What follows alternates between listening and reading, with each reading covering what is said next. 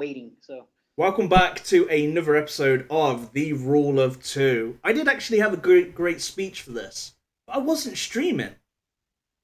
But it went something like, we will have revenge against the Jedi of the Jedi Academy, that we're going to do some live questions. The Rule of Two stands for this. Question, then answer. We're going to answer all your questions, or at least we're going to try.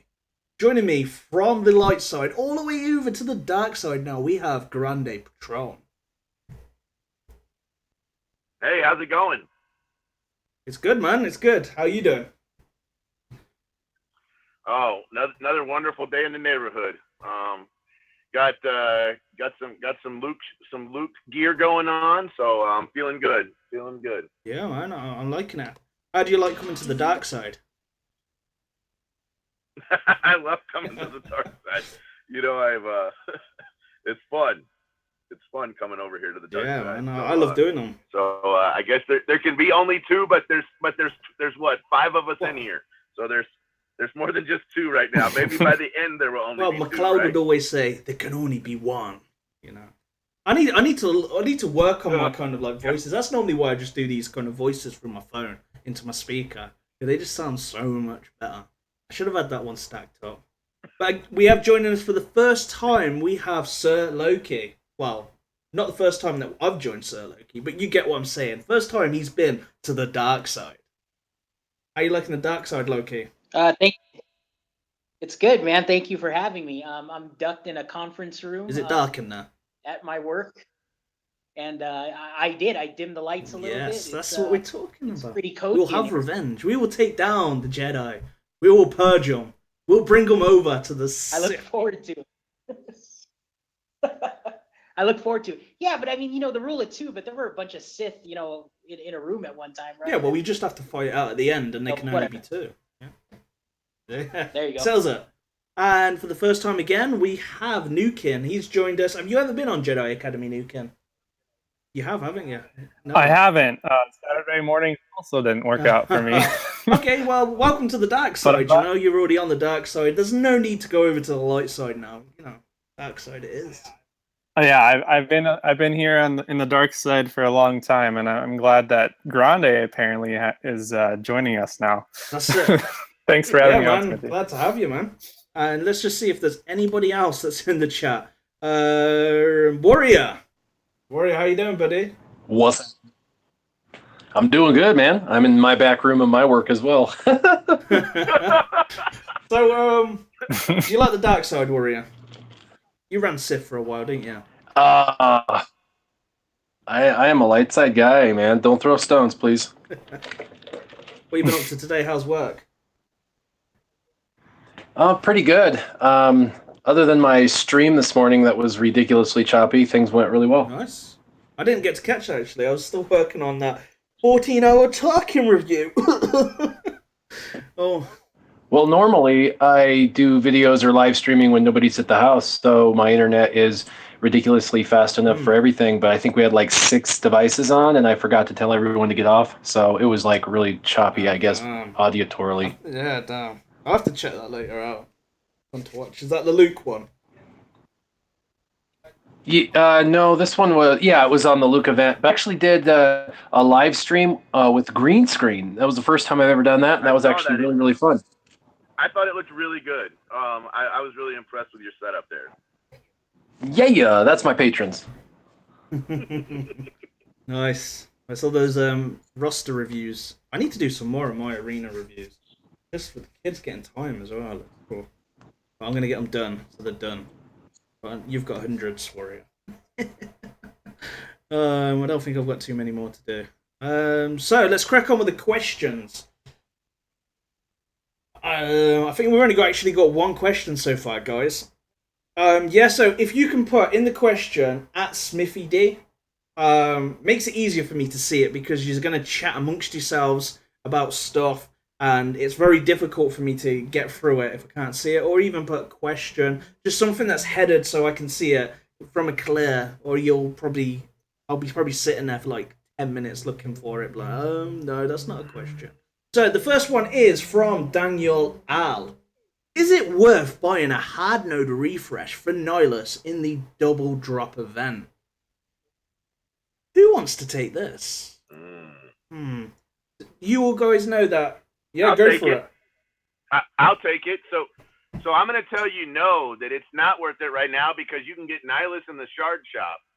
So you would probably do better to work the nodes that you already have and get 1,000 shard shop currency and get a guaranteed 5 versus doing it once. You could get 3 refreshing it once. You could get a possibility of 6, or you could get 1,000 shard shop and get a guaranteed 5.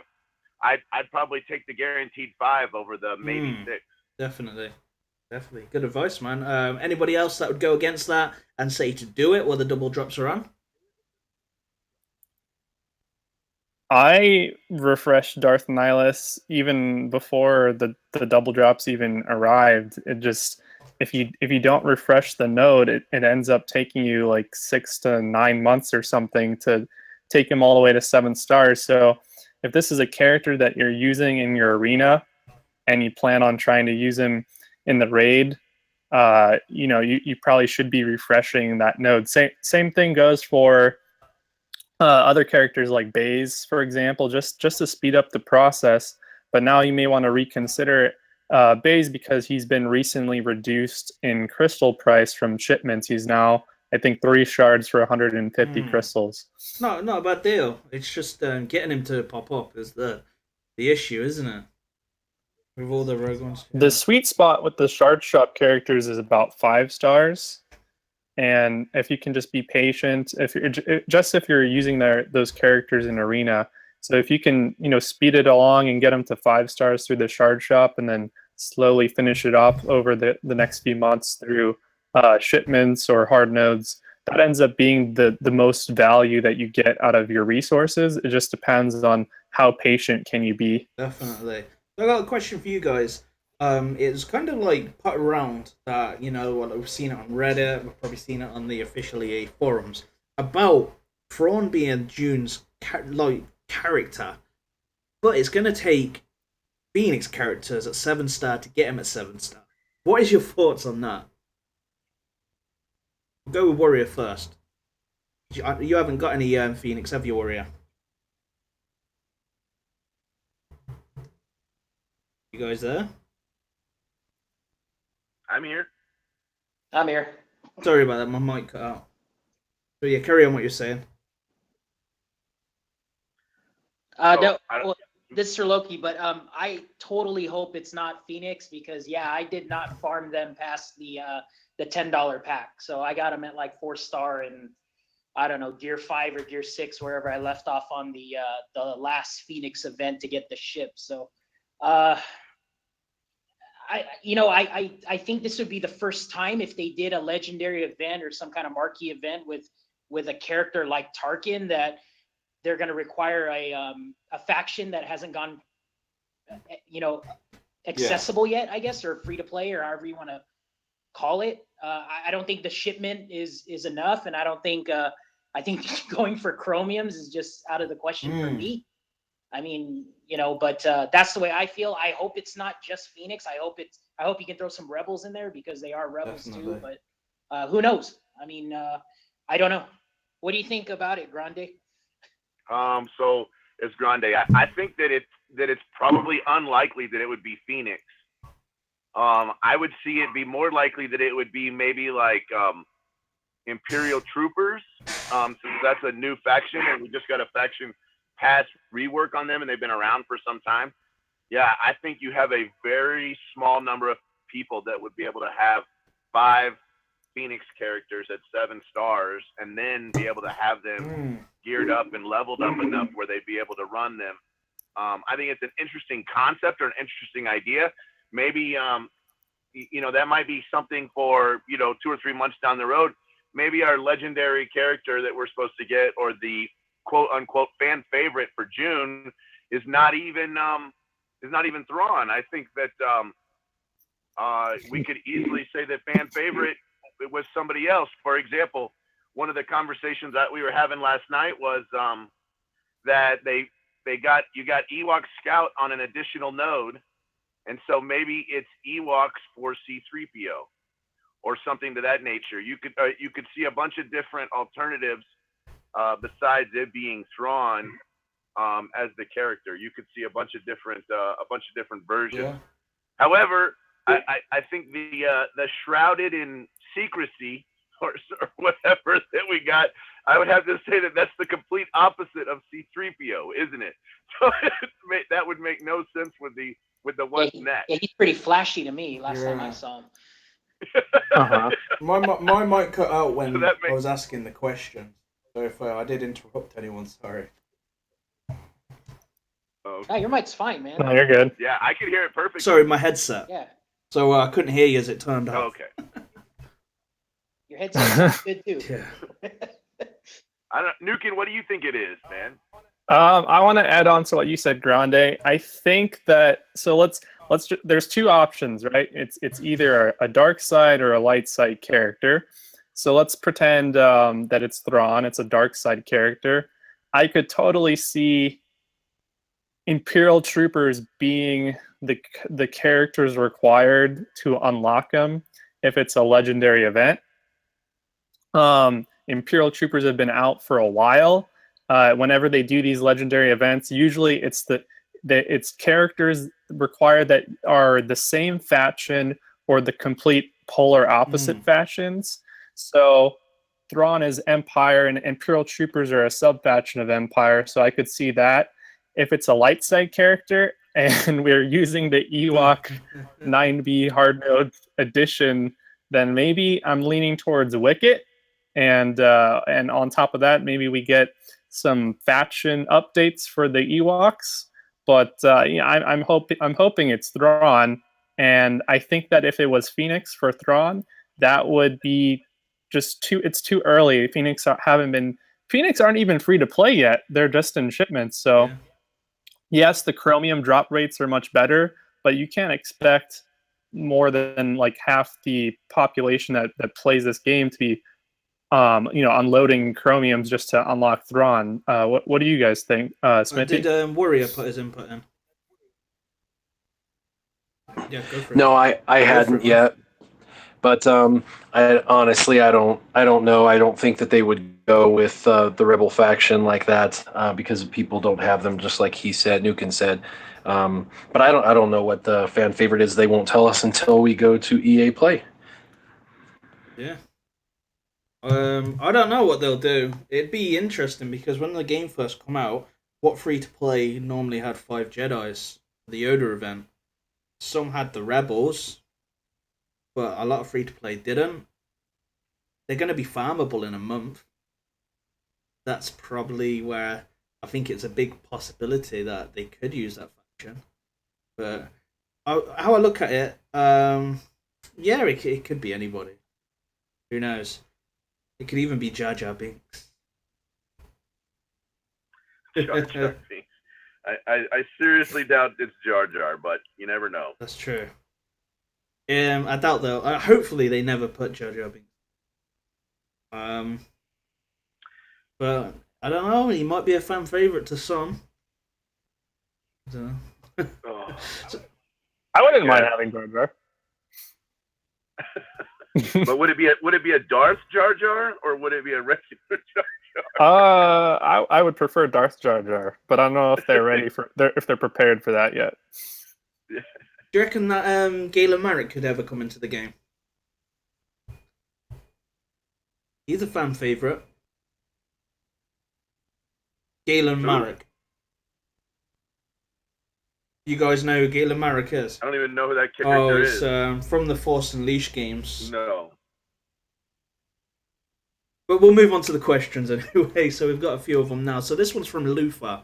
So I'm going to go around the board here. If you just know your numbers, his question is: how many characters do you have at 7 stars? I think I'll go with. I think I have 67. How many have you got, Grande? Oh, I don't know. Let me go look. I have 7-star characters. I have 101. What about you, Loki?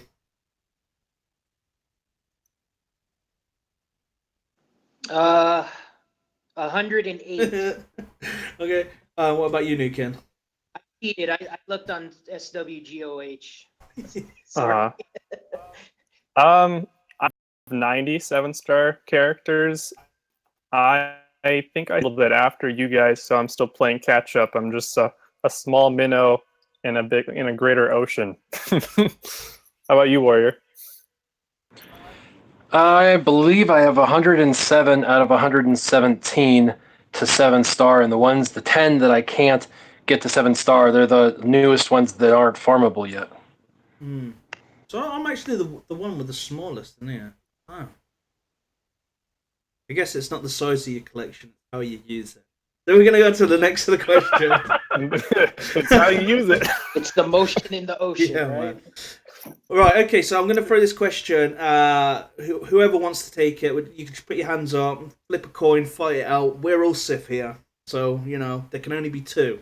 So, this is from Conrad. Do mods and gear make a difference in the Luke Flash challenge?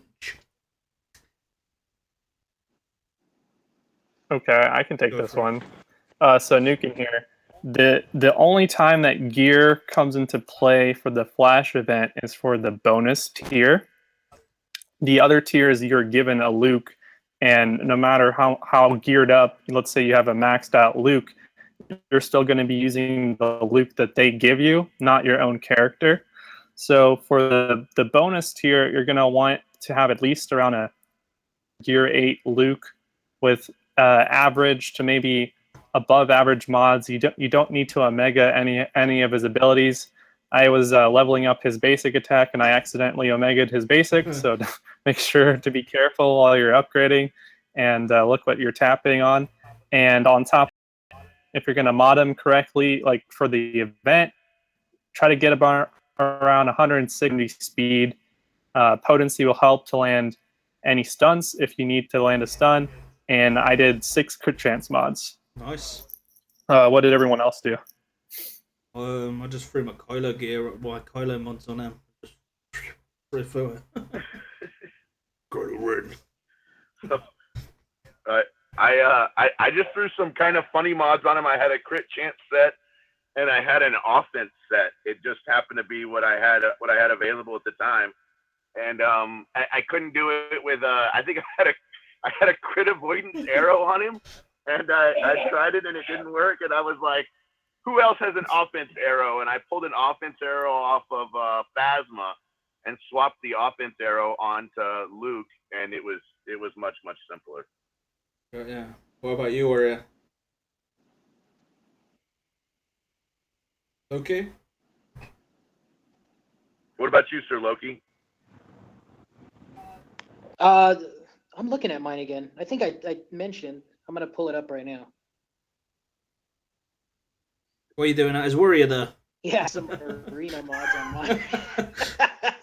So he's got like 80% critical chance, which is pretty awesome, and he's got like 230 speed on him. Can you elaborate why he's got 230 speed on him? Was he taking him to war?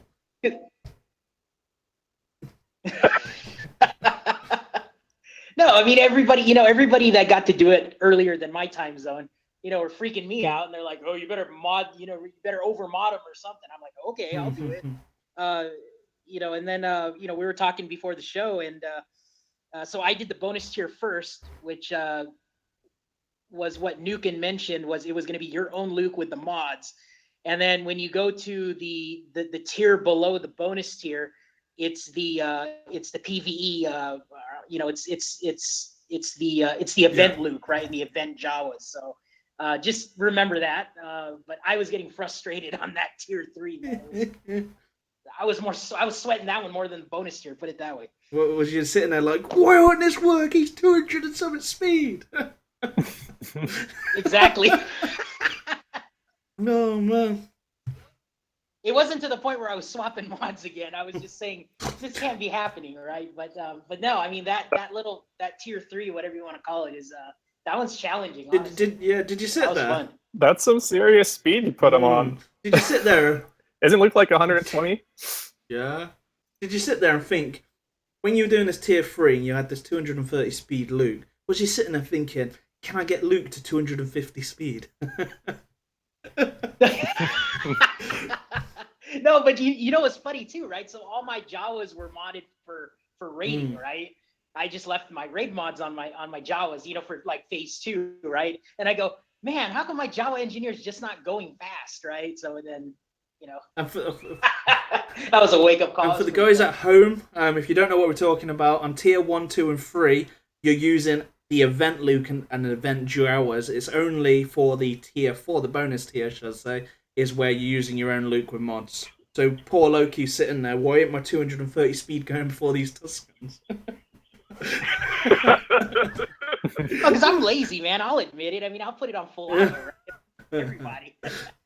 And I was like, man, I just got wiped out pretty fast. So the next question that we've got is from Steven. I run a Zul, Savage, Zeta Xylo, Palpatine, Nihilus. Help.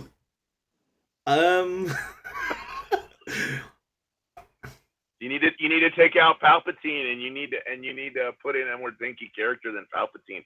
Yeah. Most Zeta Maul teams have gone away from Palpatine and gone towards either like a Sith Trooper, or they've gone towards Zeta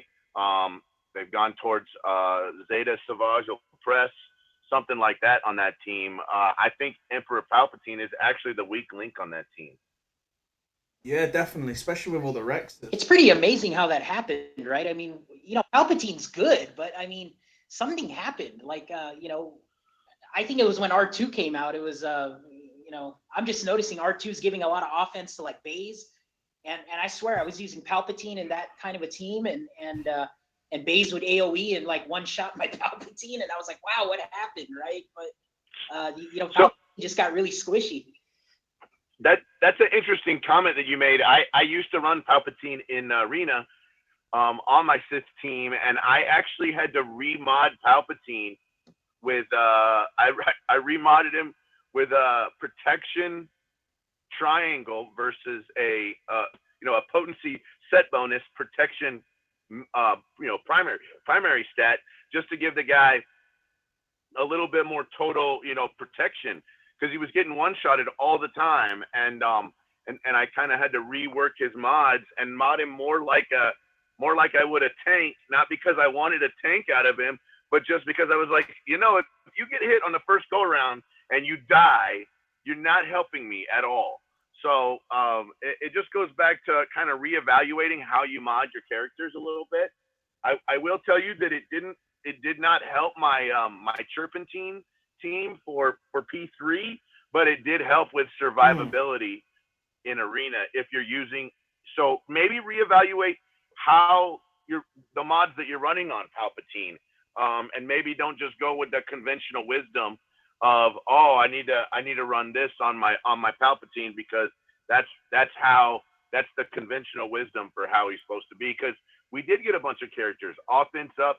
Palpatine can't handle going up against like a wedge lead with R2.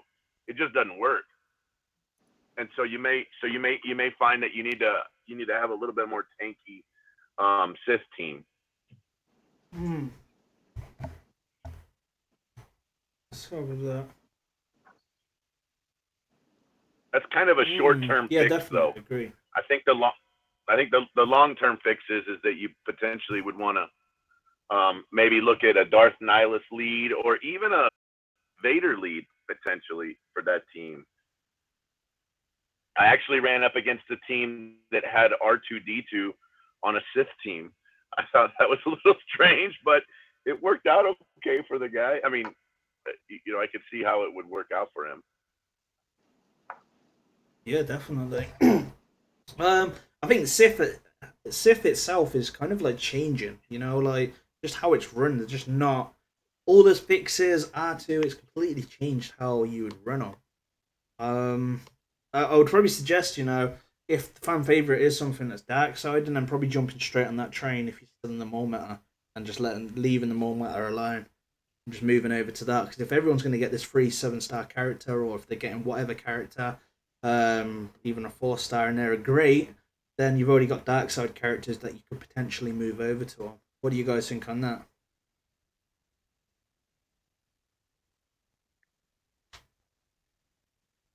So if the next fan favorite's a dark side character, Yeah.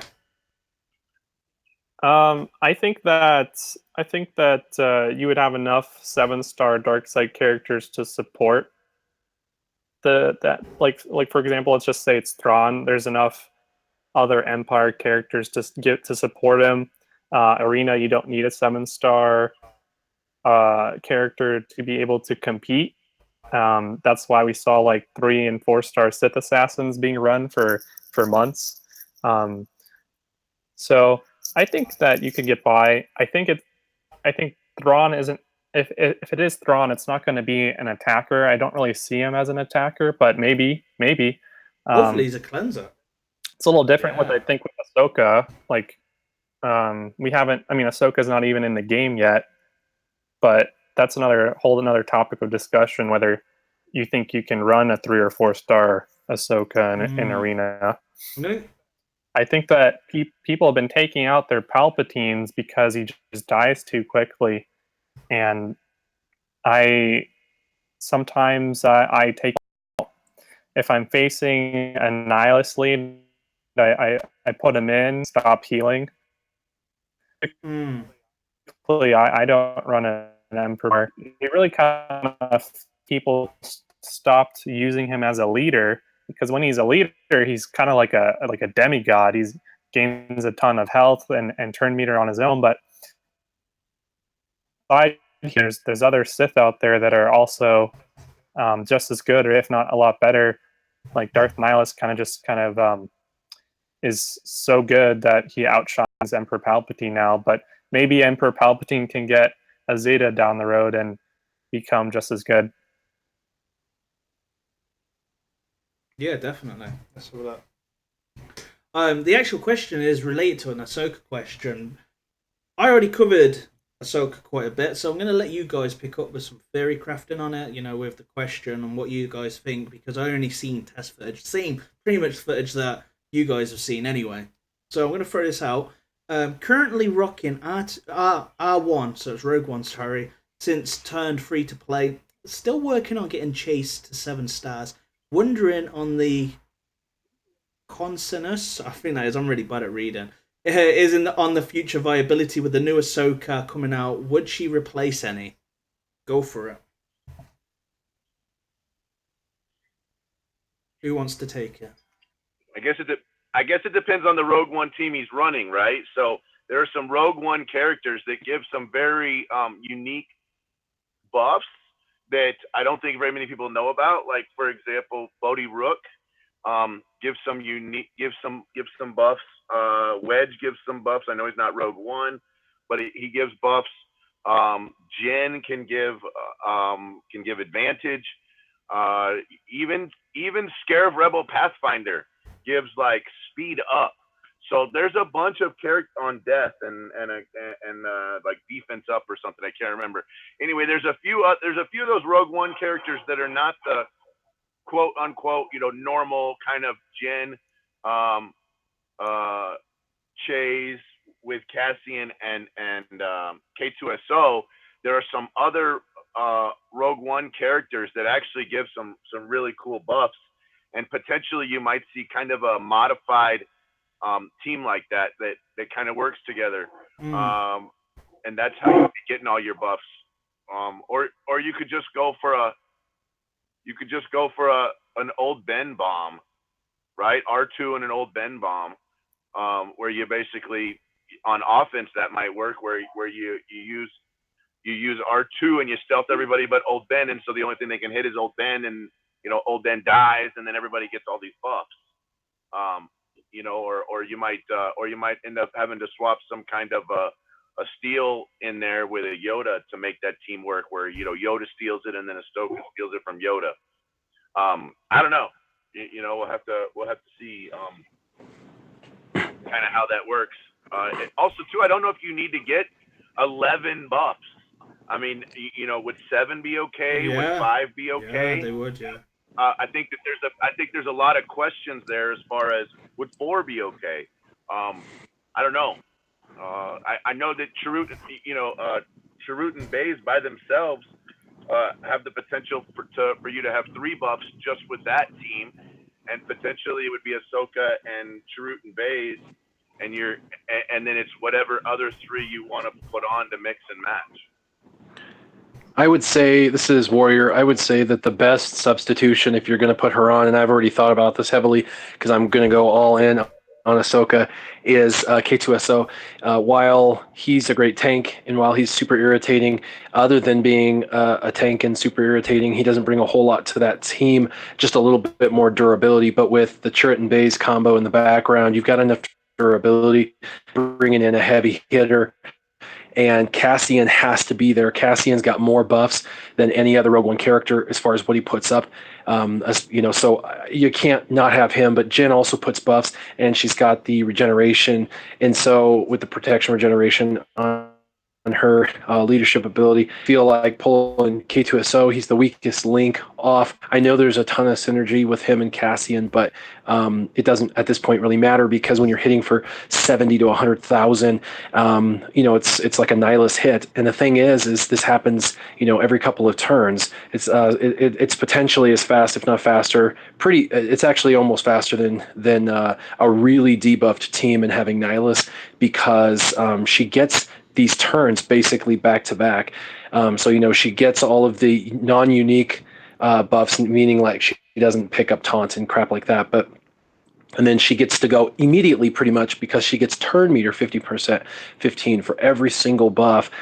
So she's like going back to back. And then, in a couple more turns, she's, hitting 100K again. And it ignores armor, so that's why it does so much damage. I think people forget that. They think they can protect against that, and I'm not sure that they're going to be able to. She does kind of commit suicide, so you're only going to have her for so long, which is why I think you have to have Chirrut and Baze, because you're going to have Chirrut there to bring her back to life, and or Jyn to have the regeneration of the protection, because at the beginning when she starts taking debuffs, she shrugs that stuff off like Teflon, but it's at the expense of her protection or her health once her protection bar is gone. So if you can keep the protection coming back up, you'll never even dip into that health. So I think it's just critical to have Jyn. I think it's critical to have Cassian for his buff capability. He's the single best buffer in the Rogue Ones. That's my 2 cents. I'm going to try that out. That's my first team I'll be theory crafting with. But Jedi, I think, are just as good. I have probably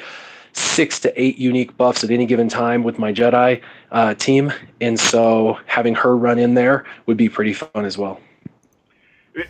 Warrior, I got a question to ask on that. Do you? I know you. I looked at a bunch of your guys' footage on that, but I never saw this. Is she gonna still buffs like Frenzy? Theoretically, we only have one character that does Frenzy at the moment. Would she be able to steal Frenzy? I wonder. She obviously won't steal locked buffs like Execute, right? From right. Boba Fett, but she will. What about some of the other ones? Correct. She she can get Frenzy. Frenzy's an ability that other characters could have. They just don't. So that would be one that would be copied. And Biston's another good example of a Rogue One character that's unique and provides unique buffs. But again, most characters in these teams provide, a couple of buffs, 1 to 3. And so if you can get characters like Cassian, you're going to get that extra little advantage. The problem is you have some of those staples on the team, such as Chirrut and Baze, for that durability. Yeah. Definitely. But you can still Frenzy from Biston because it's not locked. Correct. It's a non-unique buff, and so it's non-uniques that are stolen. So things like Taunt, obviously it can't be because that's a unique buff, but non-unique buff. So then you only can have it once, obviously. So like the Hots are only going to be 1, even if you steal 10. So Warrior, let me ask you a quick question. Is your game plan to have Cassian Zayded, and then you start off the match with a bunch of buffs because you have a nice distribution of tanks and attackers and supports, and then you can immediately steal them with Ahsoka, and Ahsoka is your fastest character, and she starts off the match with all those buffs? Is that your game plan? Stop it. Stop it. I'm just trying to figure it out here. No, so yes, that's actually definitely another reason why Cassian needs to be there, and his Zeta is at that point will become critical because he throws that up. And so yeah, having her really really fast is going to be key as well.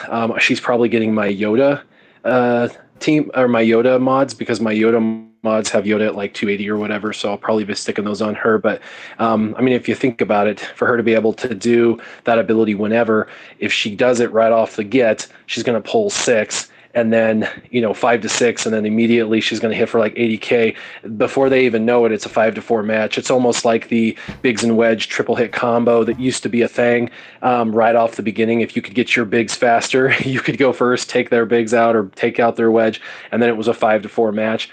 And I think that's going to be kind of what we see with her. But there's a lot of theory crafting with B2s and Boba Fett's and getting them fast, and so I'm interested to see how things will play out and what the counters are going to creep up because of her. Awesome. Definitely. So this is a question due to the kind of like double cantina that's upcoming. This is from Robert. I was about to say his name wrong. His name is Robert Moller. Hello there, quick question. Upcoming Cantina double drops. Sith Assassin 1 out of 85. Or Sith Trooper 20 out of 30. My purpose is to increase in the arena. Have Palpatine Maul, Zeta 7-star, soon Zeta and Maul. What do you guys think on this? Do you think that he should finish what he started? I like that. I should finish what you've started. We'll go with Loki on this one. I don't think we've heard from Loki for a little while. I'm trying to scroll up and find the question again. No, I mean oh, here it is. Okay, so upcoming Cantina. You're gonna get double drops on the Cantina. Okay. Not tomorrow, the day after. So he wants to know if he should go after Sith Assassin. Yeah, so a Sith Assassin is pretty much 1 out of 85, so it's a 6-star with 1 shard, or he's got 20 out of like 30. So what's that? A 3-star or about to become a 3-star or 4-star? Pretty much 10 shards off 4-star, I think it is. What would you do? Would you carry on with Sith Assassin? This is what I would personally do. I'd go for Sith Assassin and finish her first. Yeah, that's what I'm thinking too. I agree with you because you really need. Okay, so here's the problem with Trooper. So I've run Trooper a lot, and the issue with him is once he gets dispelled, it's hard to get his taunt up if you don't have a Sith team or Sith allies that have very fast cooldowns. So Sith Assassin, I think when you Omega, if you Omega her abilities, she got 2 abilities, right? And I think they're both on a cooldown at 2, if I'm not mistaken, or maybe 1, or maybe Dark Shroud's on 3, and then the Electrocute's on 2. So she's very important because she's going to get Troopers taunt up and Retribution up right away. If you have somebody like Palpatine, he's only going to be doing 1 ability, which is the AOE shot. He rarely does the heal and the one. He rarely does that. Vader's cooldowns are kind of one ability, which is on a cooldown of 3. If you go for Savage, he never uses his ability. Maybe once in a blue moon when So Definitely. I would go Sith Assassin first. I agree with you, especially with the double drop. And then, kind of going back to what Grande said was take advantage of the shard shop because you can capitalize on the other double drops somewhere else and collect shards and then recycle them into the shard shop and then buy Sith Assassin or Trooper shards. So I would go with that approach. Definitely. No, I agree, man. Anybody else that thinks any different from that? Nukin here. I think Sith Assassin is the better character of the 2. You can use Sith Assassin on any Sith team. There's 2 of them, Maul and Nihilus, and Darth Vader leads. So she's more versatile, and she plays a bigger role. There's other tanks in the game that you could replace Sith Trooper with, like Kenobi. You could even use like Royal Guard. I tested that out with the Sith team. It wasn't perfect, but it works. So definitely focus on Sith Assassin and make sure you're getting some of her character shards when the Cantina nodes are double drop for that day, and then consider stocking up your Cantina energy for the double drop on mods a few days later. Yeah, definitely. That's where I'm going now. Is going after the mods. I still need to finish Sith Assassin, but I'm just probably not going to use her for a long time now. I'm just thinking me and Maul, we've had our differences, and I think it's safe to say that I'm just going to let him go, stay in the past. Got to look for the future, man. And I just don't see Maul being in the picture until more Sith arrive. And then he probably isn't going to be. You know, there's probably not going to be another Maul meta where he's going to be the leader. If any new Sith come, they're probably going to come with a brand new leadership that makes them the kind of like go-to team, and I think the Maul is just going to be somebody that we used to know. Somebody we used to know. I want to add just one more thing. I mean, I'm talking just end game here, especially if you're going to go all in with a Sith Trooper and the Sith Assassin. Once you get them fully Omega'd, their attacks can go through protection, which is, I mean, it's devastating. There's a lot of churred and bays on my arena shard, and I've gotten to the point where, if you're not going to one hit bays, I mean, I got guys that are just modding him for protection, and he's got like 20,000 health. And Sith Assassin, along even with Trooper with his retribution, you can take out bays pretty easily. Even under a Nihilus lead, because they gain a lot of offense, and then just put a lot of offense mods on Sith Assassin and Trooper if you got them. And it's especially even like Zeta Kylo, again, a lot of protection, but nobody likes to put health mods on anybody, so just keep that in mind as well. And I don't see that going away. I mean, it's something you can take advantage of, especially with with all these new characters coming out that don't have a lot of health. Definitely. Well, it's just not that, is it? It's, they can go into any Sith team. So even though the Maul's kind of like dying out, and there will only be limited kind of people that are running him, and it's not going to be a majority thing, Sith Assassin and Sith Trooper could go into a Zeta Vader team, for example. It could jump into, you might not want to run him with a Palpatine because they're not getting Terminator, but they could go in that too. So they're always going to have a place somewhere where you can fit them in. And a Nihilus lead as well, as you mentioned. So we're going to go on to the next question. And this is from Daniel Al. And would you find it cool if they gave Luke a Zeta on his unique, which will turn him into Jedi Luke, completely changes kit?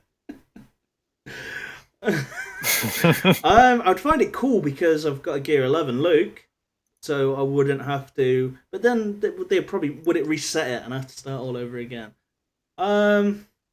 I don't know. It's probably never. Well, I can say it will never happen. They don't transform or anything like that. But it would be cool if they did it. I wouldn't be objected to it. What about you guys? So this is Grande here. They've said that this is a hero's journey that starts in October. We've never had a quote unquote hero's journey. So it's definitely going to be experience with how they run the events or how things are done. I don't think it'll be like anything we've seen before. We don't really know exactly how it's going to be. So I doubt that you Zeta them and magically they it's like it's like some kind of magical wizard thing or something. Like it's probably going to be a little different than that. Hero's journey sounds to me like it's going to follow maybe the storyline of A New Hope, or maybe it's going to, as close as they can with the characters they have in the game. That would seem more realistic to me than just oh hey, by the way, put a Zeta and get a lightsaber. But this could go on for years. Realistically, this could go on for a very long time. I would agree. I think Warrior here, I think they could do it a couple of ways. I mean, I think we've seen two existing ways of them dealing with character creation, and that is a rework, where eventually when he's ready for the next evolution, that they actually announce a rework for him and they bring him out as the newer and improved guy. That's a possibility. The other possibility is bringing another version into and making you use the old version to unlock the new version. And I think they would do that because they have multiple versions of characters in the game already. I mean, look at Han Solo. He's got the Stormtrooper Han and Han Solo, and there's a lot of others, General Kenobi, Old Ben. So when you look at that, you're like, it's not far-fetched to think they're going to build a whole new character, a whole new kit.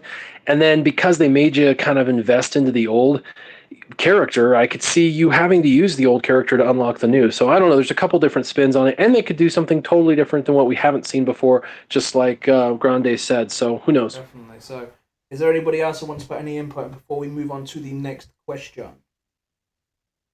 I had a quick question for you, Smithie. So if there was an opportunity to convert your farm boy Luke into Jedi Luke, but you had to Zeta every single ability, would you do it? Yeah. So that's 4 Zetas on one character. Luke with a saber, man. Yeah. But Yeah, here's the that twist, right? Is you that don't know what his seems really kid is. Yeah, but if everyone else, You don't know what his yeah. kid is, though. You just have to dump the Zetas in. But everybody else would have to do the same thing, so I wouldn't be in the only boat. But wouldn't You it be a have trip to if, do like, that. it was all random? You know, like it was like a range of stuff, right? That could happen. We've seen how Ahsoka is. We've seen other reworks. I've got confidence that they would at least make him good. And if not, I can play with him in Galactic War. My fantasies with Jedi Luke, you know, taking him down.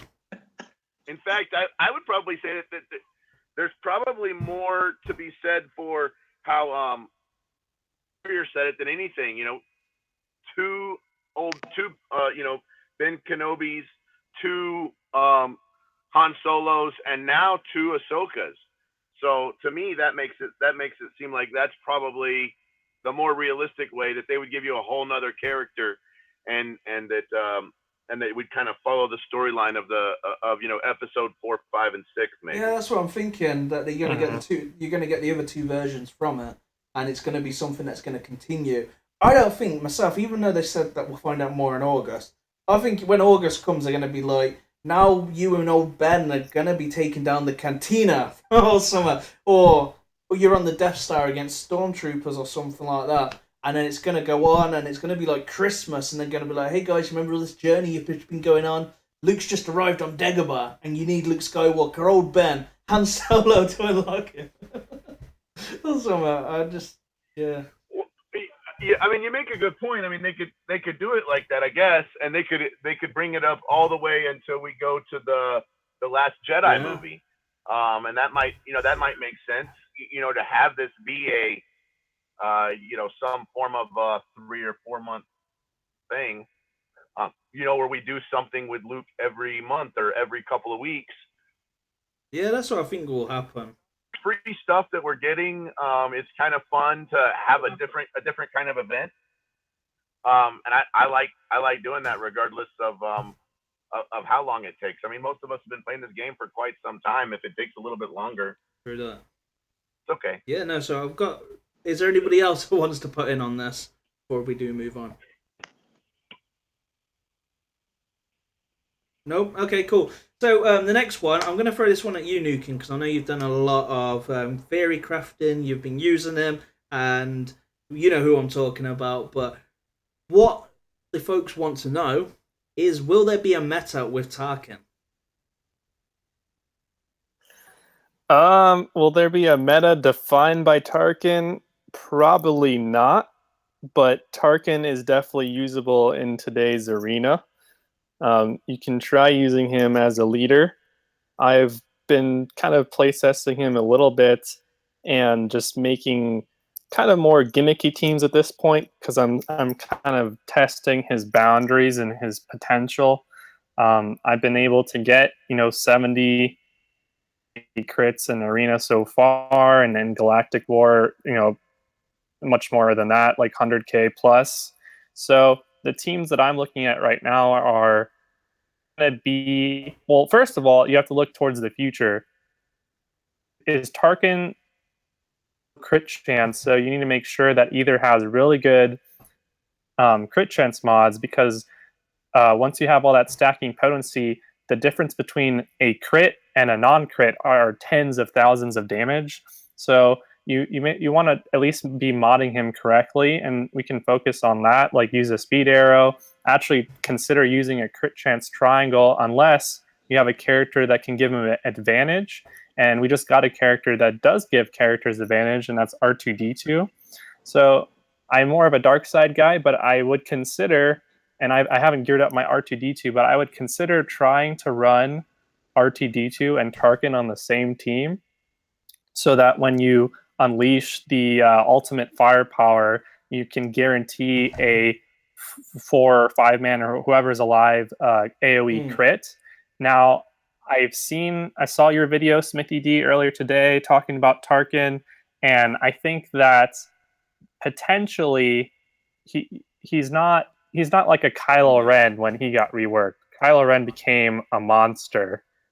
He's just kind of an above average character, and you don't really need his Zetas were a little bit lackluster, and technically you don't even need them. So to go back to the question, I don't think he's going to define a meta, but you can run him in two ways. You can run him as a general Empire support character, and that's how the defense AI is going to run him.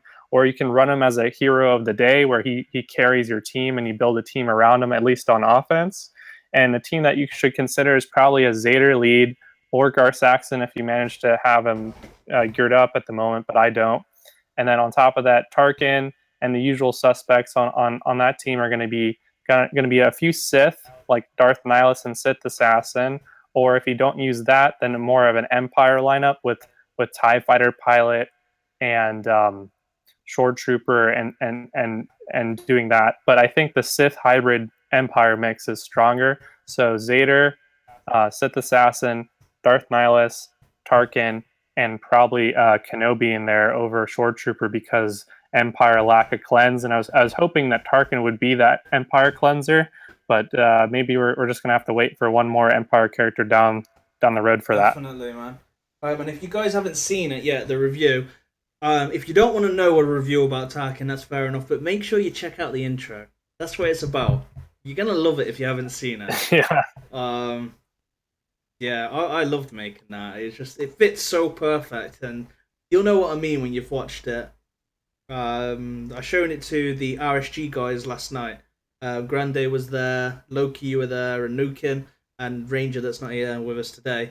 And they were in hysterics. They were laughing. They were just like crying, laughing. Make sure you check it out. It was really funny. I agree. So we're gonna go on to the next question. Before I do that, I'm gonna look for the question. Is any of you guys that want to put in anything about Tarkin?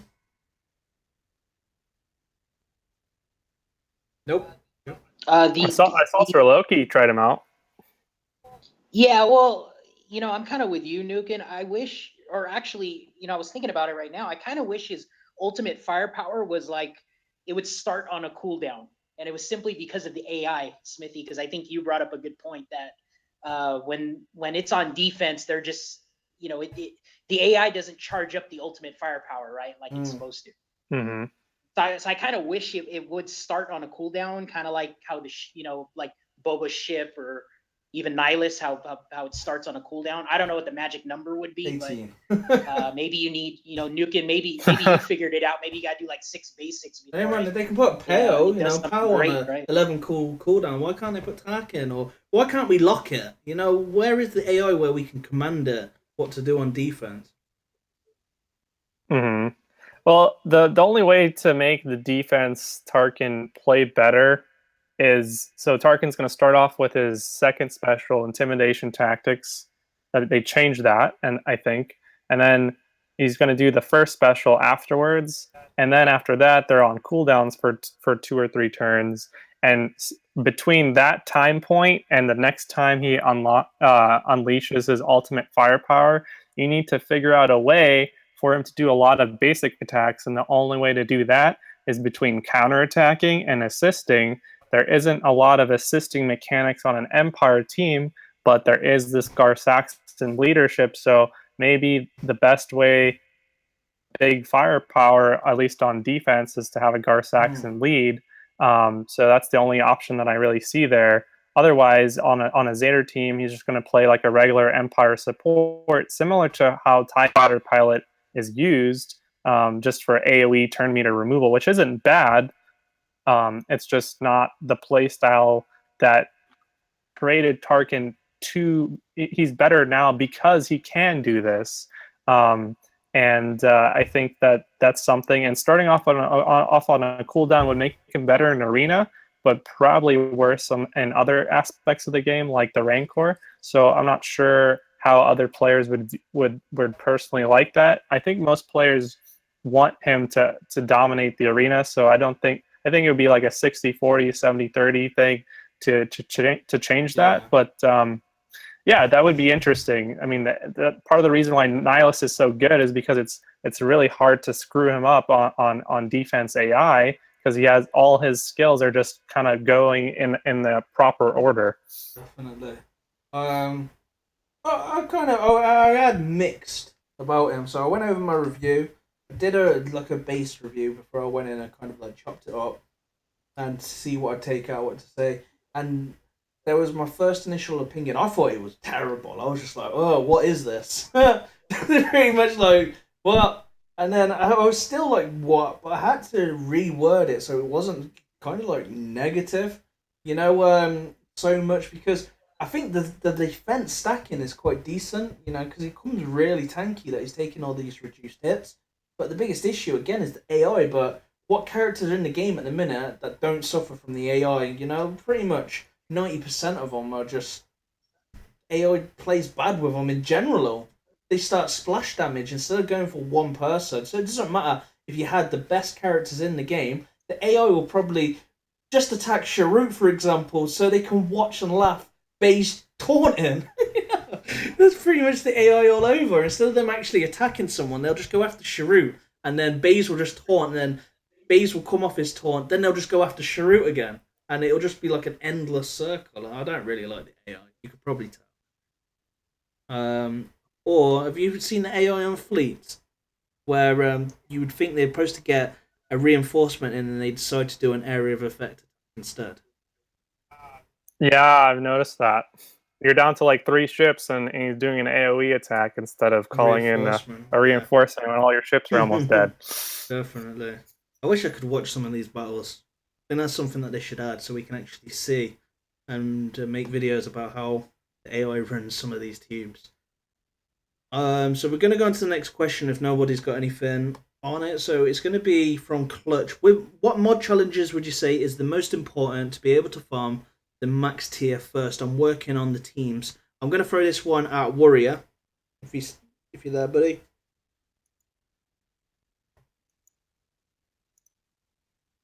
So I'm going to pull that back, and I'm going to throw that at Grande.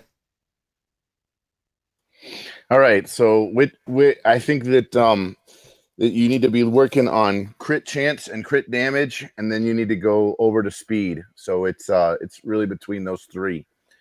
Crit damage, crit chance, and then speed. You'll probably be able to get crit chance open first, and then it's a toss-up between on whether or not you can do crit damage or whether or not you could do speed. I'd probably say that long-term, speed seems like it's better because you have some characters that do some interesting things that are not quite so great if you do crit damage, and you can also get a lot of crit damage straight up from a triangle mod.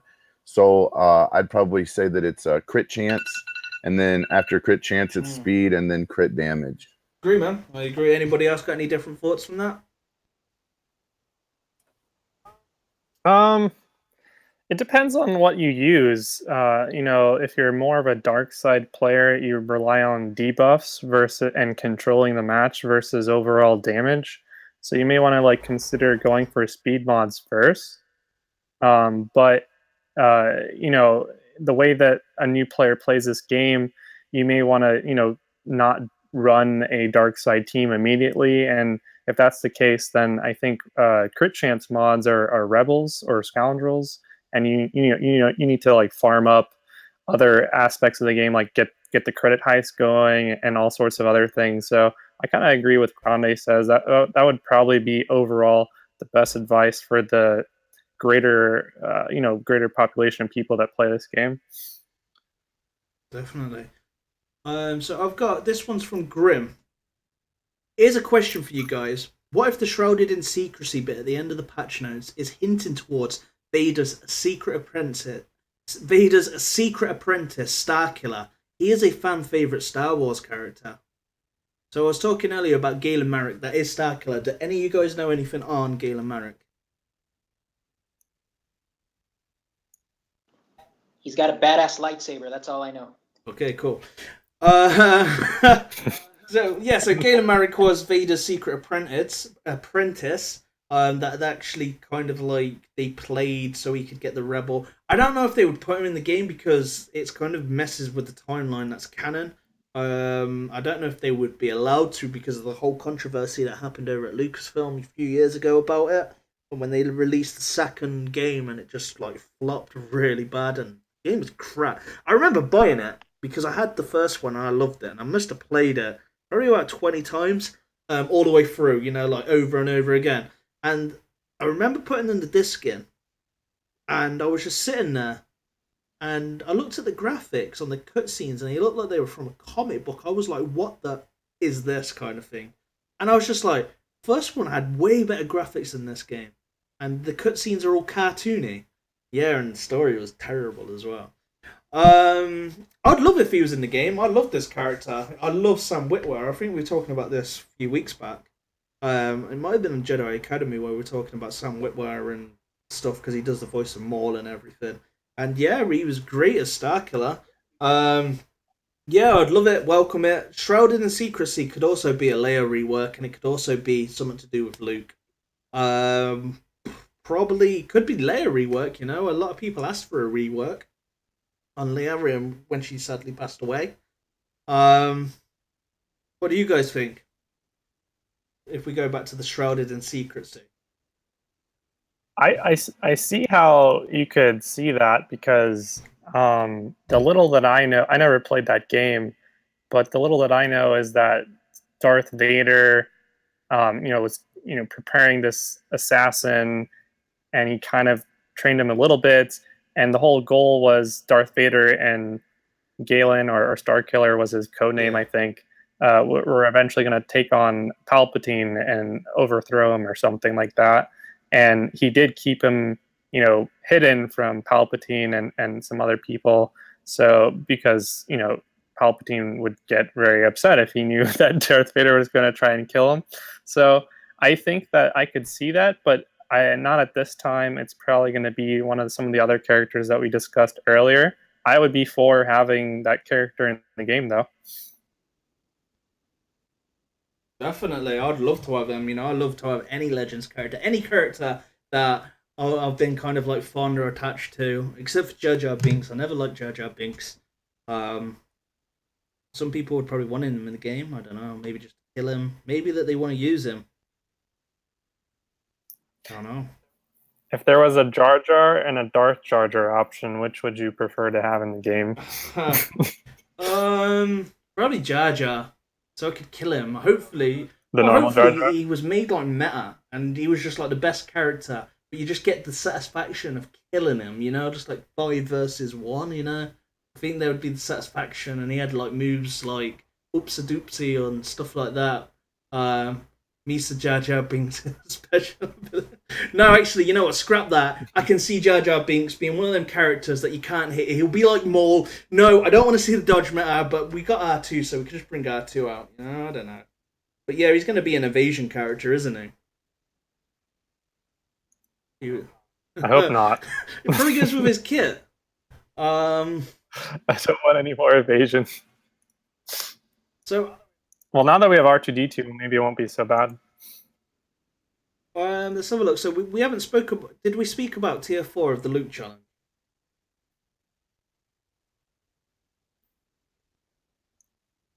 Warrior, did you do the bonus tier? Is that the bonus today?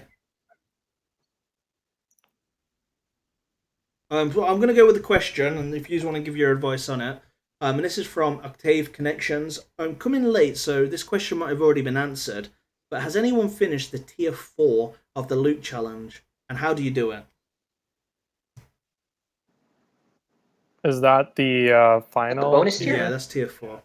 Yeah, that would be the bonus tier, right? Mm-hmm. Yeah. Do you want to take it, Loki, or should I? You can take it. Okay. So the bonus tier, I did manage to beat it. That was actually the first thing that I jumped to. I did it with, I think we talked about it a little bit. I did it with a Gear 8 Luke, and he had 160 speed. The way we didn't really talk about the way that you clear it though, so we can elaborate on that. There's brutes and shamans and raiders. They're all Tuscans, and you want to focus on using your special to start off the match. Well, first you want to make sure that you start off the match with the crit chance up buff. If you max out the ability, there's no omega. I think you have like a 30 or 40% chance to start the match off with that buff. So that's something that you can do, and retreating doesn't give you any penalties. So you should do that. And then on top of that, if you want to get optimal RNG, you some levels like the second phase or the final encounter, sometimes they have like I think different amounts of Tuscans there, so it could be easier. You could have an easier second level versus another time, so you can try to retreat for optimal RNG for that.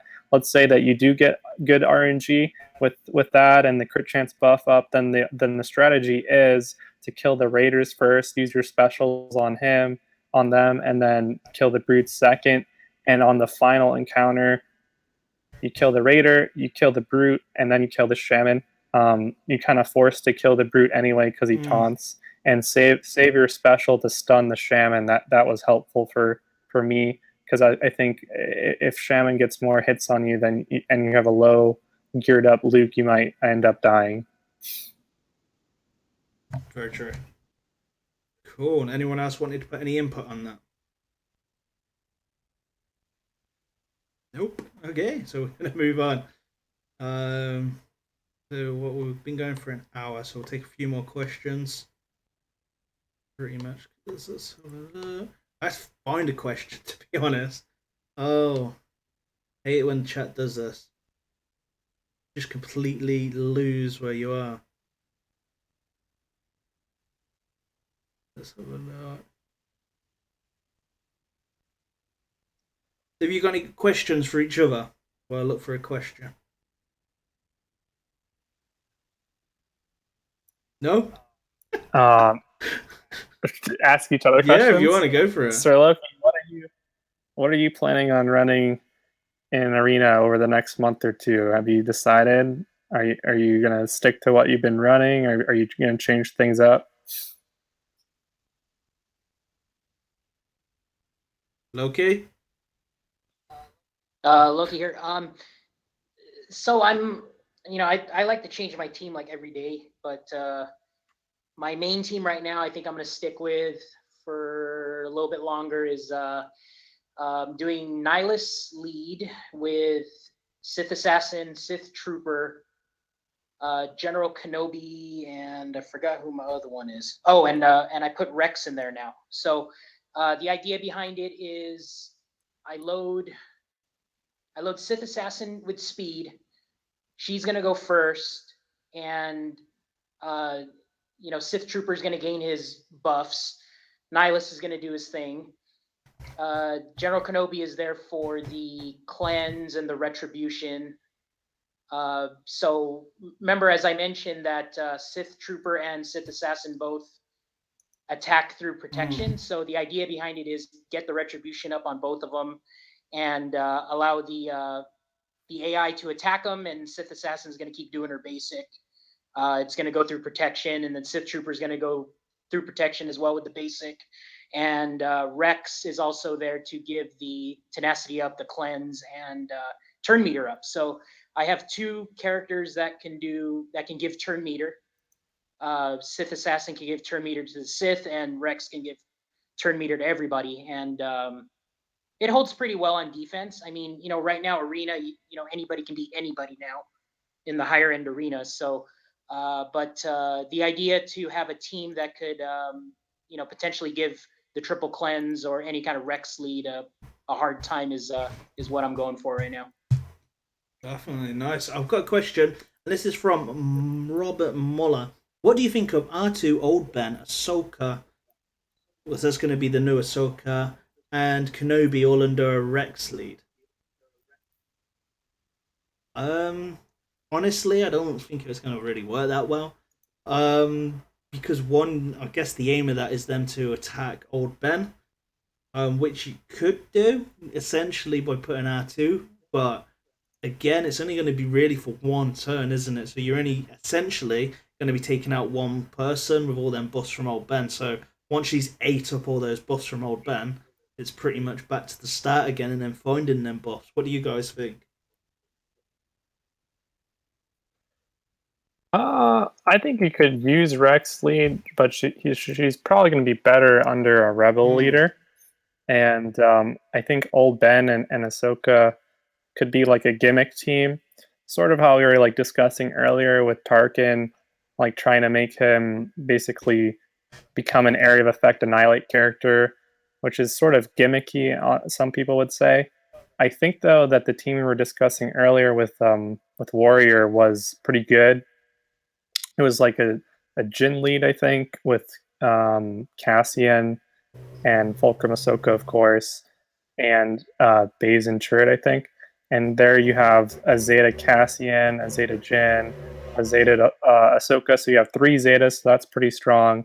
And Ahsoka from the start of the match will be able to quickly grab those buffs and then be able to gain a lot of turn meter and start doing her, super mega move right away. And she's going to be pretty strong on that team, I think. Definitely, yeah. It's just the pretty much what you're going for is suicidal Ben, isn't it? That's probably, I guess, if you got a Ben that's gear 4, it's gonna work straight away off the bat, isn't it? With R2. But gimmick team, yeah, you could probably make some good videos, good screenshots, be a laugh. But it's not gonna be really arena viable. You guys say that as well? Yeah, and Grande mentioned this earlier as well. You don't need like 10 Ahsoka hits. It's gonna end up probably being overkill for a lot of characters, even if you're focusing on a tank, even. So there's probably going to be a I don't know if it's between like 5 to 8, somewhere between that. That would be great. And maybe you don't even want that. Maybe you just want to just do a big hit and not necessarily have to kill them. And then you can do all sorts of combinations. Like you could even run Ahsoka with Sith, like with Sith Assassin, and probably Zeta Savage would work best. And you get them down to like half life, and then Zeta Savage just finishes the job. So, and Zeta Savage actually has a lot of buffs to begin with. So, I think that the Old Ben and Ahsoka could work, but it won't. It'll be kind of gimmicky, and some people can't even run it because depending on when you started playing the game, some people actually geared up their Old Ben, so he wouldn't be able to like. I know there's some people run an Old Ben with low stars and low gear, and they want him to die on purpose, but not everyone's able to do that because Old Ben was a meta leader at earlier. It was like last year actually during the summertime. Oh yeah. Trying to look for the next questions. Can't find any at the minute. Just going down. There's just a lot of information on different characters and Star Wars.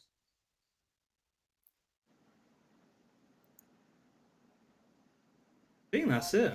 The only thing I wanted to add, I guess, to we're talking about Ahsoka, but facing Ahsoka, if you bring back crit immunity, that pretty much, if she can't crit, then she can't do the big damage, right? Is that my understanding? Yeah, she won't be able to crit, I don't think. She can't. Advantage won't work on her, pretty much. When you're using a special, she'll eat it up. Same as offense up, she'll eat all those buffs before she lays the attack. So, right, she's pretty much all the buffs that you're putting on her, advantage and all that. You can't guarantee her a crit, so you're gonna have to stack her with a lot of crit chance anyway. She's got a good amount already, but depending how much you wanna do that, I could probably see that they're gonna bring in damage immunity like they've got on Fleet, a character that could possibly in the future put down damage immunity like it is with the Mace ship. Yeah. Oh, that would be interesting. Yeah, that would be awesome. Yeah, no, that's I could see that. Um, I'm kind of waiting for Empire to get that next push. You know, like to get that next oomph because even though they've got these reworks that they've done, there isn't one leadership that I could turn around and say, you know what, that leadership's going to destroy the Rex. You know, it's going to completely change the meta or anything like that. I don't think we've seen it yet. You know, you've got Vader that can beat the Rex, but with a lot of teams around it, it's questionable if it can hold as well. And even with these new characters, because there's just so much of a variety at the minute, and a lot of people are using Rex, and you're going to have the sneaky ones that come in, and they're the guys that are going to be dropping you. It's not these Rex teams, it's the guys that come in with their Qui-Gon Jinn leaderships from like 12th, 13th, and they're the ones that drop you to 8th. You know? So, yeah, I would like to build a team that's. I just don't know. I think I like the Qui-Gon Jinn with R2. I think that's a brilliant team and a brilliant concept. You know, it's great on the offense. Have you guys tried that? Yeah, this is a warrior. I run Qui-Gon Jinn Zeta with R2. It's awesome. Powerful, isn't it? Yeah, and then Ezra. I actually use Ezra as my main damage dealer. He sometimes can kill 2 and 3 people in a couple of turns. I mean, he's crazy damage. I'm not sure how they took a little kid who became a rebel and a Jedi so quickly and made him such a powerful character. But I don't think people give Ezra the time of day. And now that he's semi-farmable with shipments, he's someone everybody should be looking at. Yeah, definitely. It's Rebel tag and Jedi tag. And Phoenix. Worth the investment. That's Yep. 3 tags, isn't it? Yep. No, he's one of the best, if not the. I would say he's the best in the whole squad that have come out. Definitely. So how does your Qui-Gon Jinn Zeta team hold on the defense?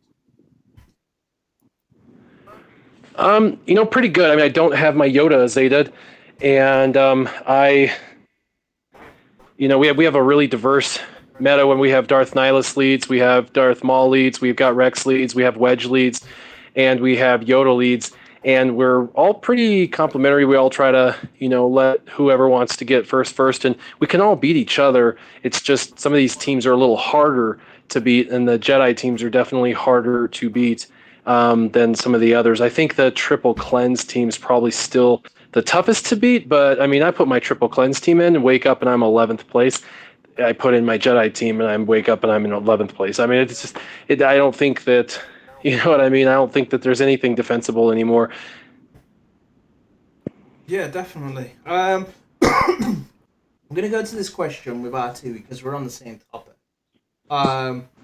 Should Nicole give R2D2 the extra gear at gear 11? Is it speed, isn't it? Is it speed at gear 11?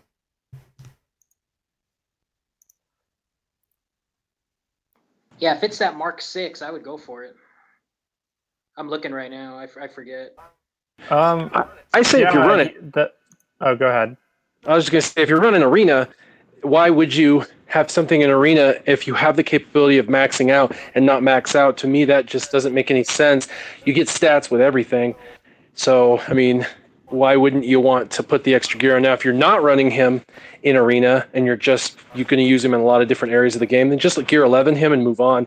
But if he's arena, you want every bit of additional advantage you can get, and every single piece of gear counts. Yeah, I want to add to what Warrior said. I think that if you're going to run a character in arena, you want to try to give him there's 2 avenues. There's the trying to use the least amount of resources possible and try to get through a meta, and there's that. But with a character like R2D2, the character that's so versatile, you should probably look to maxing him out because he works on so many different teams. And I'm actually looking at R2D2 Gear 11 now. There is that MK6 detonator. Whenever you're using a character in arena, you want to have the most speed, and that's just +6 speed right there, and some other good stats too on top of that item. The other items are not super important. They just give either more health or damage, and R2D2 is already quite tanky as it is. For sure that MK6, but yeah, if you're going to end up using R2D2 probably for the rest of the year, if not longer than that. So it wouldn't be the worst decision to fully max them out. The only reason why you wouldn't immediately is let's say you have a character that's at gear 9 or gear 10 and they're using the same item that R2D2 needs and he's already at gear 11, then maybe put that on the side burner. But eventually you'll probably want to max out R2D2 because he's an overall great character. Definitely, I agree. There's actually, this is a good question that I've seen as well. How come, this is for all of us, I guess, how come there is no post-bug fixed raid videos? For what? I think it could be that what the viewer is trying to say is when there's bug stuff, do we not make any kind of like fix bugs? You know, you've got the bugs bin on the forums where they said they fixed this, they fixed that. Is there not any videos that we do to say kind of like afterwards that this certain tactic no longer works? That would be the newt, for example, other teams or other bugs that are in the actual game. Myself personally, I just thought that nobody would want to see it. It kind of like normally it depends how deep you are in the community and what you actually kind of visit. But where I am online, everybody types it. When a bug gets changed or something, it's posted everywhere. It's like there. And I think I went to make one before, and then I just thought, I don't know. I just thought that nobody would want to see it. It's something to consider to the future. What do you guys think? Is that something that you maybe look into, or is it something that you're not going to do? Well, I think if there's capabilities of doing certain raid tactics, they're always going to be coming out. And there's people like McMull and Sir Loki who really focus on raids. I give raid advice and I talk about raids, but I'm not a huge raid guy. And the reason for that is I do zeros in raids most of the time. And that's because I work 70, 80 hours a week in my job, and so I don't have time to catch the raids when they happen to record them. So I would have to rely heavily on other people, and I'm unfortunately a learner who needs to do it to learn it. And so if I'm watching someone else's video, I don't know why they're clicking what they're clicking. So I tend to steer myself away from raid videos unless it's something I know for sure what I'm talking about, and then I'll give them that advice. I'm kind of tried and true. If something works, don't break it, right? I tell people, and I've been telling people, Jedi Phase 1, and I get a lot of flack for that. People are like, Kylo Ren can do it. Ha ha ha! You're an idiot. You don't know anything. You know what? And you know what? What I find funny is, guess what? Everyone's going back to in Phase 1 right now because all of the fixes are in. Guess what? It's the Jedi team that Warrior's been suggesting for 6 months. It's not because I'm smart. It's just because it's tried and true. I know that works, so that's what I tell people. If there's these little hokey tricks that work great, awesome. There's going to be YouTubers putting it out there. But when these breaks happen or these fixes happen or whatever the heck you want to call it, am I rushing out to try and make a video to prove or disprove something? Nope, because I don't do that now before it's broken or not. I didn't run out and do a Newt Gunray video, and I could have, but I didn't because I would have been recycling used footage, and I didn't want to do that. So I just think it's to each his own. There are videos of people soloing the Rancor after the Vader nerf, so I think you need to, not Vader nerf, but Vader fix. So I think you need to, you need to look out, and there are people doing that. And when I get a chance to run Vader again, and get a video of it, I will, and I'll put it out there. I do. I've got 330 plus videos, so I try to cover what I can. Yeah. Yeah, I'm working on a post-bug Zader heroic Rancor video. Now it's like about 50 to 80% done. I'll have one on my channel later. I want to talk about that Jawa team briefly. I think that the reason why you didn't see too many educational videos on that team because the content creators really kind of knew that this was breaking the game, and it was, the developers picked up on it after the first day or so, and it was immediately fixed. I contemplated also making a video on how to do it, but I knew that, by the end of the week, it seemed like they were going to close it off, and they were pretty against it. Now, there are how to clear phase 1 Xylo videos out there, and that people are worried now that no, they fixed this Nuke Gunray thing. Are they going to stop Kylo Ren from being able to solo phase 1? The Capital Games is looking into the community input. They asked, I'm part of the Republic, and they asked our community and a few other communities what our thoughts were on should Kylo Ren be able to solo phase 1, and the results over over all the communities it was close to 50-50. So not sure how much they're going to rely on a poll like that, but they're looking into it. There is that other phase 1 Kenobi sync team, and I made a video on that because I think that's less game breaking than anything else. You can't clear the phase. It requires a 7-star Kenobi. At that point, you already have the raid on farm, and there's some strategy behind it. But yeah, you can't expect just a video to pop up unless the developers are like, people have to invest in those characters and learn the strategies and post bug fixes. You're going to start seeing some of those videos. But yeah, I think that there probably is some other solo Rancor videos if you want to check them out on YouTube right now. But you can stay tuned. I'll have an educational video on it probably in the next day or two. I don't have Zeta. No. You don't? No, I don't have him. I think he's like the most economical Zeta that a player could have. Yeah, I just never got around to doing him. You should get on that. Not really bothered, to be honest. I wasn't. It'd probably be less time. You know, like I always knew he's great. He's great for the raids and stuff, and great generally. But no, I went the Barris route. I wanted to be different, and then I went Maul after Barris. I think it was Maul. Then I decided to go Savage, which I don't use anymore. So let's have a look at my Zetas. So my actual first Zeta that got nerfed, I'm still using to this day, and I use her in the arena. But if we look at all my other Zetas, I don't even use them. I've got Sidious sitting on the bench Zetaed, right? I've got Savage Zetaed. I've got Maul Zetaed. I don't use any of them. I've got Finn. I use him in raids, but I hate using him because it's so temperamental using them resistance in the raid, especially when you're trying to get that perfect phase 4 video. God, that is horrible. Mm-hmm. So many times from my guild, finished the raid, and I would be there 2 hours before, right? 2 hours, I was allowed to post damage and all this stuff just to get footage. 2 hours before, and still, Resistance Trooper would always freaking die by the airstrike because he would just get so much TM, he'd come out of stealth, right? And then you're just like, oh, can I go for it one more time? And then it just messes up, and yeah, it's horrible. And then I'd have to restart it. Then 15 minutes later, after the post damage time, the raid's over, and I'm just like, I've just been sitting here for 2 hours, and I've got nothing. I'm pretty confident that it could do 10 million, maybe more, but it's such a hard team to use. So if you've got resistance, don't use them in phase 4. Go for phase 2 because phase 4 is extremely hard to use them. You guys used it. Worry, you've got a Zeta Finn, haven't you?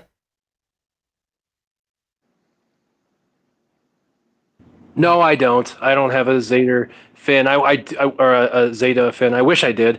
I think he'd be a fun team, especially in arena from time to time. But he's one of them I haven't. Yeah, done. I was in Galactic War the other day, and I don't know what was happening. I autoed it, and I was just autoing it, and as you do, and then you look down, and you're just like, my whole team's gone. All my characters, like Nihilus went, everybody. And I was like, what happened? And it was against like some just random team, and it just literally they just killed all my best characters, and I weren't looking. I just autoed it. My Sharut, Baze, Wedge, Nihilus, they all just got killed. Then I was just like, okay. So then I went into the battle, done that battle, then I autoed it again, and lost a whole load of other characters. And I'm like, oh my god, what's going on? And then what did I come up against? A triple cleanse with Nihilus, right? No, actually, no, it wasn't. It was a General Kenobi lead, 5s, right? I can't remember. I think Ayla maybe it was. I can't remember, but it had Nihilus in there somewhere and Zeta Barris. I was just like, I was looking at my roster, then I was looking at the screen, then looking at my roster, and I was just like, oh my god, what am I gonna do? What am I gonna do? I don't think I had Kylo Ren at this stage either. I think he died somewhere in the auto. And then I was just like, And then I looked down and I see my Zeta Fen just shining off at me going. So I just, Zeta Finned it in like 30 seconds, just killed her. But if I didn't have Zeta Finn, the story here, guys, is when you need that certain leadership and certain team, Zeta Finn's going to do it for you. And on attack, he's probably going to trump most. Luckily, I still had R2. So yeah, just Zeta him, isn't it? There's the kind of like advice I would give, and he does some decent damage. Has anyone else got him Zeta? Am I the only guy in here that's got a Zeta Finn?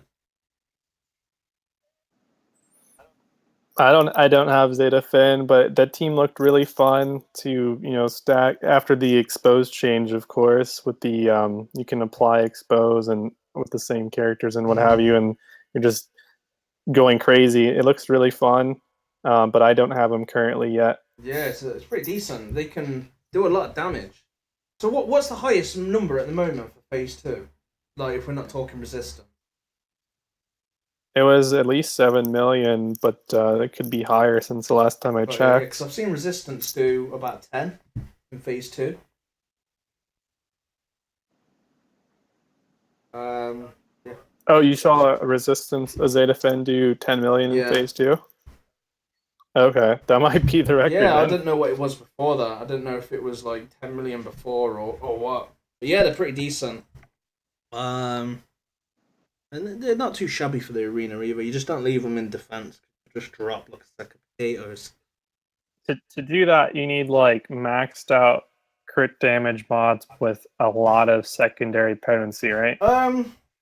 All potency. Rey's going to deal a lot of damage. Just think of all the termites she's going to get and all the cooldown reductions from all the exposed. So you're just spamming that like 70k hit over and over and over again.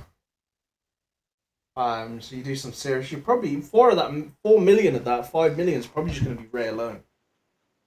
That 10 million. I'm just thinking like, what type of mods would you run? Like, you probably want potency, offense, and maybe like some crit chance on Rey, so she's guaranteed some big hits. I normally put just tons of potency on my characters. And I put on at critical, like 86% critical damage. And then it's just stacked with potency and potency triangle and critical damage triangles. Depending on who they are, that's what I'd go with. I might go with critical chance with Finn. It's better sometimes to crit than non-crit. And the others, except for power, just go for critical damage. Resistance, pilot, and trooper generally have really high critical damage anyway. Critical chance, shall I say. Yeah. But I think that's going to be it for today anyway.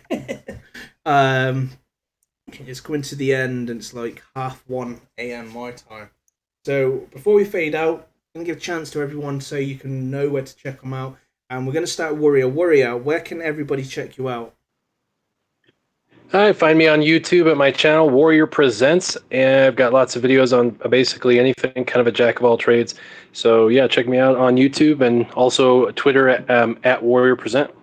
Sweet. Yeah, no, I'll have to put the links into this video so people can check it out after the stream. But if you just search for Warrior Presents, he's going to come up anyway straight away on YouTube. Puts out videos pretty much every day, I would say, or probably twice or 3 times a day sometimes.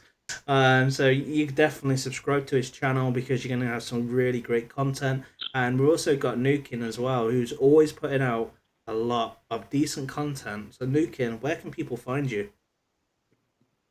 Yeah, so I do the YouTube thing. My channel is Nukin from Republic, and I post a whole slew of videos. I'm kind of also a jack of all trades. I do raids and arena, and I'm starting to do some ships.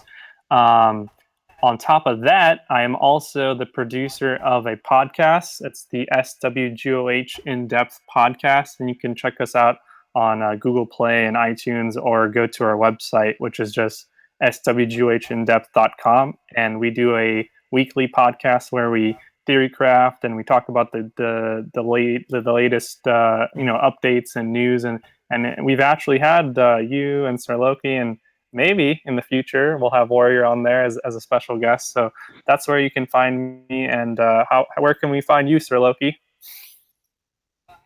I got a YouTube channel. It's my name, Sir Loki. So I do mainly just been doing arena battles right now. Trying to also put up more Phase 3 videos of the raids. So trying out some new stuff in Phase 3. And that's about it. You know, just having fun making the videos for the community. And thank you again for having me on. I appreciate it. Yeah, man, it's always a pleasure to have you. And also, we haven't got him with us right now, but it's Grande Patron. He is always on, well, most of the time when he can get out of jail and stuff, but pretty much he's on the Reality Skewed Gamers. Normally we have Ranger with us, you know, well, he's been with us one episode, but we pretty much do cross the streams a lot. Even though they say don't cross the streams, we do it a lot, and we like it. But anyway, yeah, you can check them out at Reality Skewed Gamers. They stream a lot. I mean, every night I think they stream. Like Wednesday, maybe Thursday's the day off. I think they might have Friday off too, but Saturday, Sunday. You get the gist. But yeah, check out the channel. You know, there's some great shows. Great entertainment. Ranger's funny. Grande's always on bail, so it's funny to see a guy, you know, play what he does with his spare time when he gets away from the jail scene is play Star Wars Galaxy of Heroes. So make sure that you do check them out. And I think they may be actually in the link, but don't quote me on it. Just type in Reality Skewed Gamers and go and subscribe to the channel and come and join us. I'm on there every Wednesday with them, and we just have a laugh. Can we highlight that this Wednesday on Reality Skewed Gamers that we'll have myself, but also Crazy Excuses, and we'll be doing an update on. We updated her. We helped her with her roster, and she did her first Zeta, and we'll be on this Wednesday, and we'll be doing that. I think. Cool. I'll see you guys next Wednesday. Now I'm joking. Yeah, so we'll all be on there. I don't think I was there that time when you must have been discussing the first one. It was like they did some crazy 1 a.m. stream or something. Oh, it'll be exciting, man. Looking forward to it. But for now, you know, if you've enjoyed the stream, then make sure you hit the like button. I don't know if it really makes much difference. But anyway, you gotta ask, and if you've come off here from the forums or come from X, Y, and Z, then make sure you're subscribing to my channel as well, because I do put out some great content. I've got some great upcoming content coming as well. But yeah, thanks very, very much for watching. I hope I haven't missed anybody out that's on the panel. If I have, then please put your hand up and shout. But we're all going to go back now, and we're going to fight over the rule of 2. Wish me luck, because I'm going to need it.